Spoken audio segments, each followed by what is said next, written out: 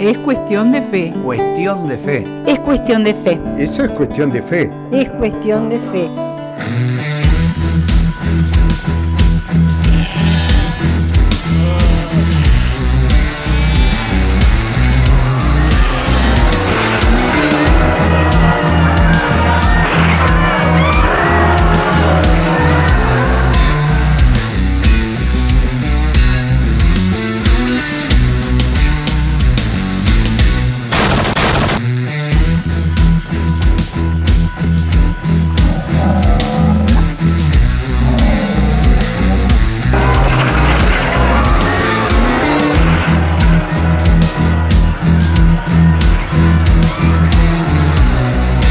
Hay personas que se enojan fácilmente.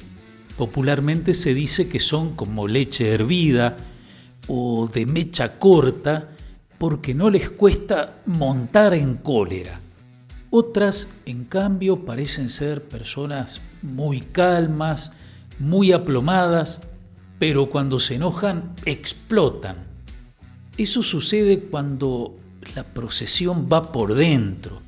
Es decir, cuando se aguanta en silencio muchos motivos de enojo hasta el día en que una gota desborda el vaso y se produce el estallido.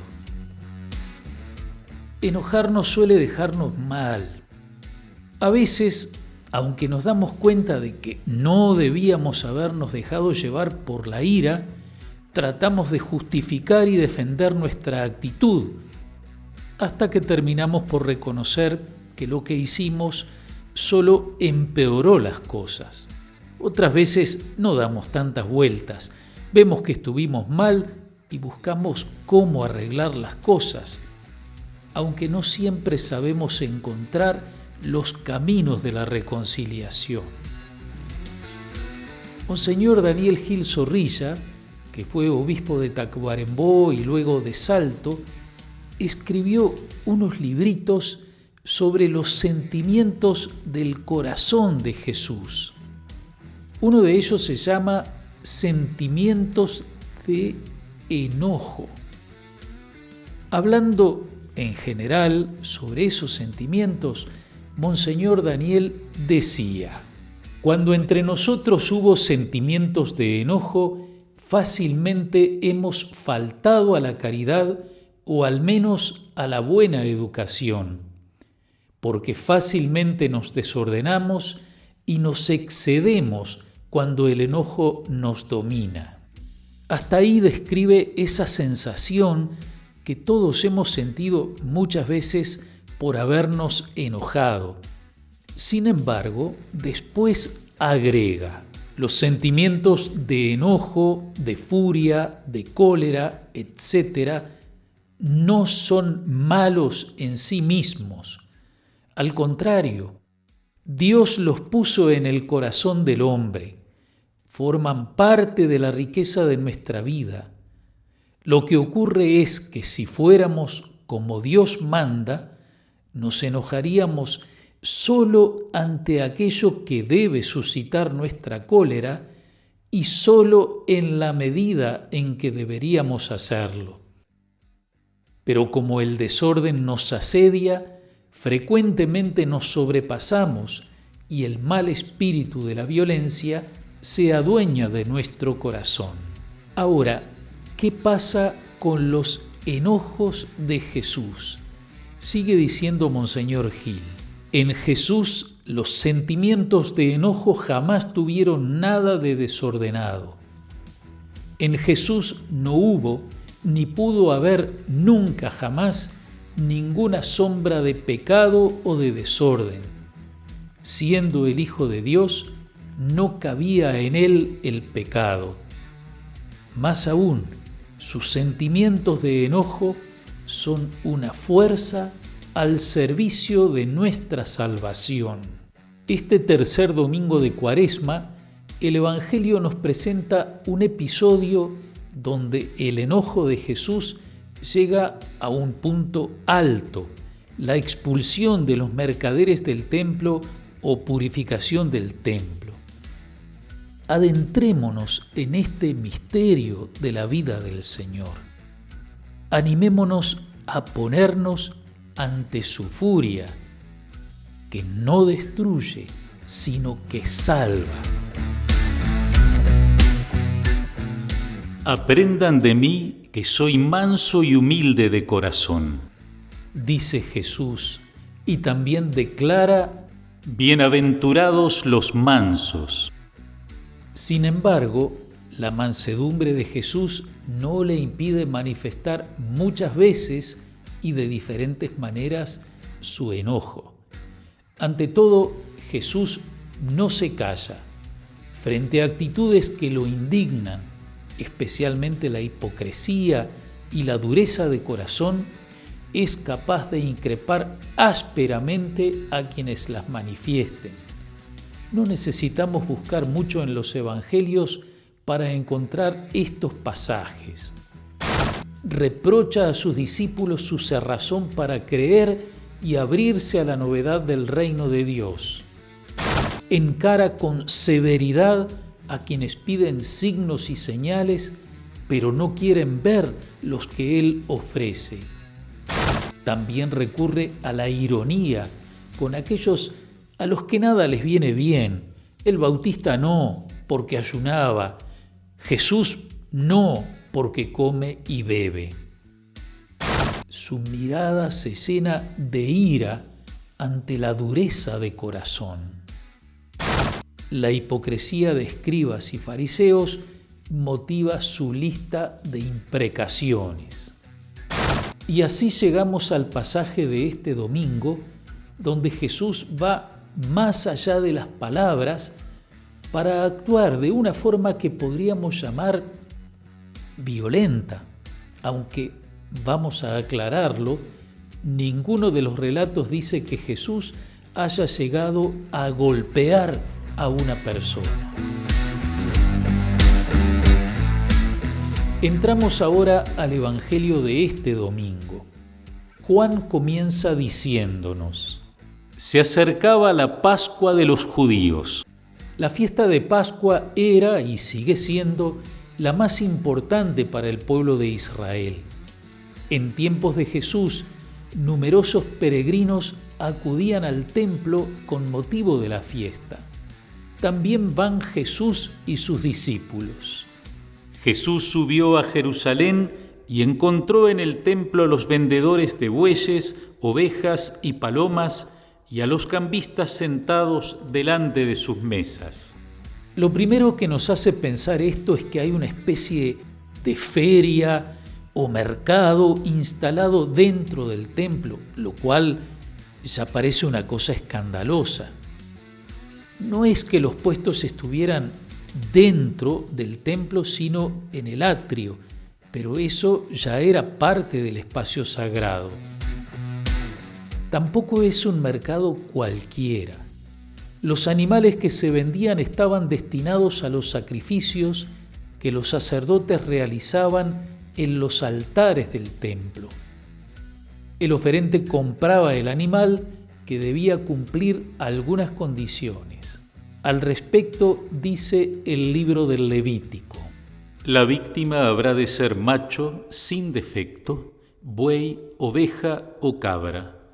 No ofrezcan ustedes nada defectuoso, pues no les sería aceptado.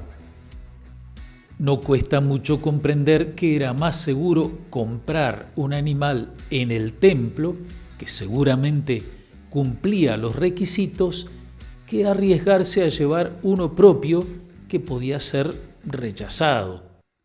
Una vez que el fiel compraba la víctima, la presentaba para ser sacrificada. Entendemos entonces la presencia de los vendedores, pero están también los cambistas. Con mentalidad de hoy podríamos pensar que los peregrinos que llegaban de otras regiones necesitaban hacer cambio de moneda para sus gastos de viaje y su estancia en Jerusalén. Sin embargo, no se trata de eso. El producto de la venta de los animales iba al tesoro del templo, pero allí no podía entrar cualquier moneda.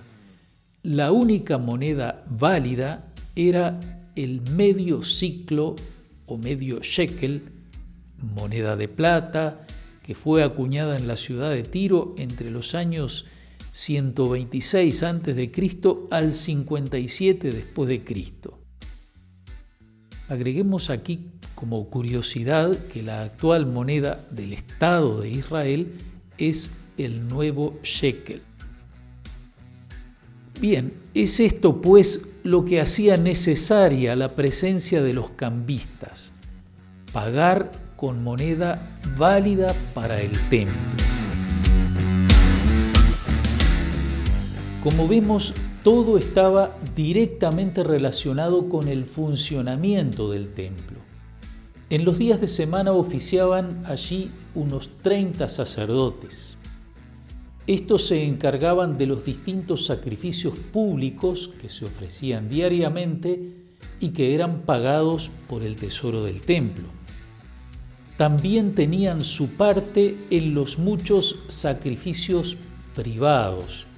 Estos podían ser holocaustos, sacrificios de expiación, sacrificios penitenciales y sacrificios de comunión. Los sacrificios privados eran pagados y realizados en su parte manual, degollar la víctima, desollarla, partirla en trozos por los mismos oferentes. A los sacerdotes correspondía allí hacer la ofrenda de la sangre de la víctima y otros aspectos rituales. El número de sacerdotes se incrementaba en los sábados y en las grandes fiestas se reunía el mayor número posible de ellos. Se calcula que en tiempos de Jesús había unos 7.200 sacerdotes, ayudados por un número algo mayor de levitas, y todos se repartían en 24 turnos semanales.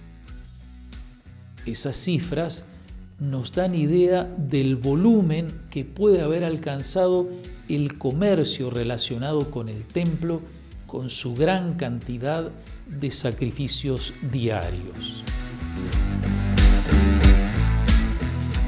Jesús arremete contra vendedores y cambistas. Hizo un látigo de cuerdas y los echó a todos del templo, junto con sus ovejas y sus bueyes. Desparramó las monedas de los cambistas, derribó sus mesas y dijo a los vendedores de palomas: «Saquen esto de aquí y no hagan de la casa de mi padre una casa de comercio». La recriminación de Jesús vale para todos, pero aquí la dirige especialmente a los vendedores de palomas. Las palomas eran la ofrenda de los pobres. Para la purificación de la mujer que ha dado a luz, se debía presentar un cordero y una tórtola. Mas si a ella no le alcanza para presentar una res menor, tome 2 tórtolas o 2 pichones. Quienes se acercaban a ofrecer 2 palomas, como hicieron José y María para el rito de purificación de la madre, además de haber pagado por su ofrenda, ponían en evidencia su condición de pobres. En el Evangelio de Juan, Jesús dice que han hecho de la casa de su padre casa de comercio. En los Evangelios sinópticos, la expresión es aún más dura. ¿No está escrito: «Mi casa será llamada casa de oración para todas las gentes»? Pero ustedes la tienen hecha una cueva de bandidos. Frente al enojo de Jesús, los discípulos recuerdan las palabras del Salmo: «El celo por tu casa me consumirá». Jesús siente celo, es decir, siente que le concierne, que le toca profundamente lo que sucede en la casa de su Padre. La furia de Jesús marca un límite. Su furia es el amor que exige respeto allí donde se han cruzado muchas líneas rojas. Y no se trata solo del respeto a la casa de Dios, se trata también del respeto a las personas que buscan de corazón a Dios. Dios no mira la ofrenda, sino la intención del corazón. El culto en el templo pasaba a través de esos sacrificios que ya mucho tiempo antes de Jesús los profetas habían señalado como actos de hipocresía. El Salmo 50 sintetiza muy bien ese pensamiento. Los sacrificios no te satisfacen. Si te ofreciera un holocausto, no lo querrías. Mi sacrificio es un espíritu quebrantado, un corazón quebrantado y humillado, tú no lo desprecias. Tenemos que entender bien lo que ha hecho Jesús. Podríamos pensar que Él está atacando la comercialización con lo sagrado. Si lo entendiéramos así, lo que estaría planteado es la corrección del sistema. Pero atacando la venta de animales para los sacrificios y el servicio subsidiario de los cambistas, Jesús está resquebrajando los cimientos del sistema del templo. Y es que los sacrificios, el centro mismo del culto judío, ya no tienen significado para Jesús. No obstante, Él no ataca el templo. Ese será el lugar donde acudirá diariamente a predicar en sus últimas jornadas. Y Jesús lo llama la casa de mi Padre. Y también, como hemos visto, casa de oración, citando a Isaías. Frente a esta acción de Jesús, las autoridades religiosas, cuando Juan dice los judíos, se refiere a las autoridades religiosas, le preguntan: ¿qué signo nos das para obrar así? Jesús responde con palabras que anuncian su muerte y resurrección, pero en forma enigmática. Destruyan este templo y en 3 días lo volveré a levantar. Como era de esperar, las autoridades interpretan que Jesús está hablando del edificio y le responden: han sido necesarios 46 años para construir este templo, y tú lo vas a levantar en 3 días. El templo había sido parte de la importante obra pública iniciada en tiempos del rey Herodes el Grande. Su construcción había comenzado en el año 20 o 19 a.C. y había concluido poco tiempo antes del comienzo del ministerio de Jesús, en el año 28 de nuestra era. Los trabajos de construcción del templo estaban bien frescos en la memoria de todos. Las autoridades religiosas tenían o debían tener presente 2 anuncios proféticos. En Jeremías, el anuncio de la destrucción del templo tal como había sido destruido el santuario de Silo a causa de la impureza. ¿Acaso este templo, que es llamado por mi nombre, es ante sus ojos una cueva de ladrones? El anuncio del reinado de Dios en Zacarías. En aquel día no habrá más mercaderes en la casa del Señor de los ejércitos. Son 2 fuertes advertencias contra el tráfico comercial de lo sagrado, el peaje lucrativo con la gloria divina. Más tarde, cuando Jesús sea acusado ante el Sanedrín, habrá testigos que tergiversen sus palabras. Este dijo: yo puedo destruir el santuario de Dios y en 3 días edificarlo.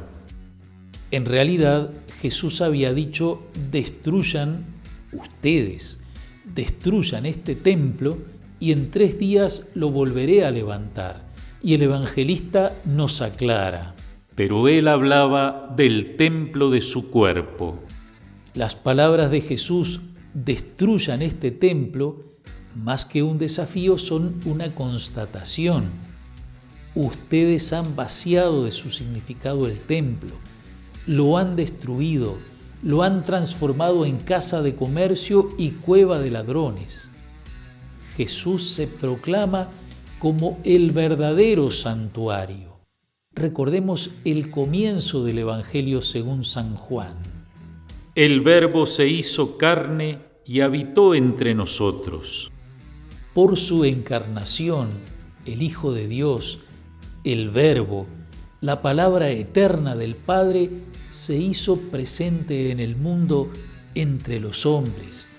El cuerpo de Cristo es el lugar de la presencia de Dios. Y ese nuevo lugar, el templo de su cuerpo, será destruido, es decir, entregado a la muerte, pero en 3 días volverá a ser edificado por la resurrección y ya no morirá jamás. En cambio, el crucificado y resucitado será capaz de comunicar a los hombres la vida divina en el Espíritu Santo. El agua que yo le dé se convertirá en él en fuente de agua que brota para vida eterna. Amigas y amigos, para concluir, vuelvo a las palabras de Monseñor Daniel Gil Zorrilla. El enojo justo señala un límite. Hasta aquí llegó. El enojo de Jesús nace del amor y conduce a la reconciliación. Sintamos también en nosotros cómo Jesús se enoja con nuestras maldades, contra nuestras hipocresías. Ese enojo de Jesús nos salvará como fuego purificador. Seremos capaces de sentir sobre nosotros esa furia de Jesús que quiere echar fuera de nuestro corazón, templo de Dios, toda la inmundicia que lo ocupa. Enojos del Señor, fuego abrasador que purifica y calcina los obstáculos a su amor y a su gracia. Gracias por su atención. Cuídense mucho. Estén atentos a la agenda de vacunación. Buena Cuaresma. Que el Señor los bendiga y hasta la próxima semana, si Dios quiere.